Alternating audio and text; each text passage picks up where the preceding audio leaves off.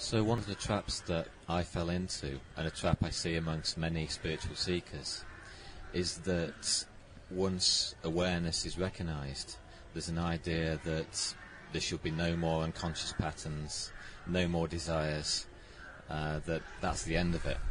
And in my experience that wasn't true. Could you speak about this? Yes. So I'm aware of that. This is the fairy tale around what people call awakening. But when we understand how consciousness functions, it can never be like you're described. And because the seeking dynamic has an interesting aspect that most of the people are not completely conscious of. So in this dynamic of seeking, what people are actually doing, even if they're not conscious of, they're trying to get rid of unpleasant experiences. So the seeking, even if they go to therapies or meditate or use Advaita teachings or any other teaching as a method, it is mostly unconsciously driven of trying to get rid of things they don't like about themselves or experiences in the nervous system that are discomfortable and getting more pleasant experiences. So it is caught up in a game of not wanting this and wanting a lot of this. That energy, that dynamic of seeking, what it actually does, it pushes down experiences that we don't like to experience into the unconscious without even being aware of. It's just the dynamic of this pushes it down. So in the moment of recognition, what is happening is that the attention that is habitually focused on our experience, trying to solve the experience, shifts in 180 degrees back to awareness itself, and in a way, the attention moves out of the way. We're becoming aware of awareness as the only reality in which the entire universe shows up as manifestation, and in that moment of recognition, the attention pulls back and clears the way that everything that has been hidden in the unconscious shows up in one instant. So it's like you lift up the cover and it all shows up.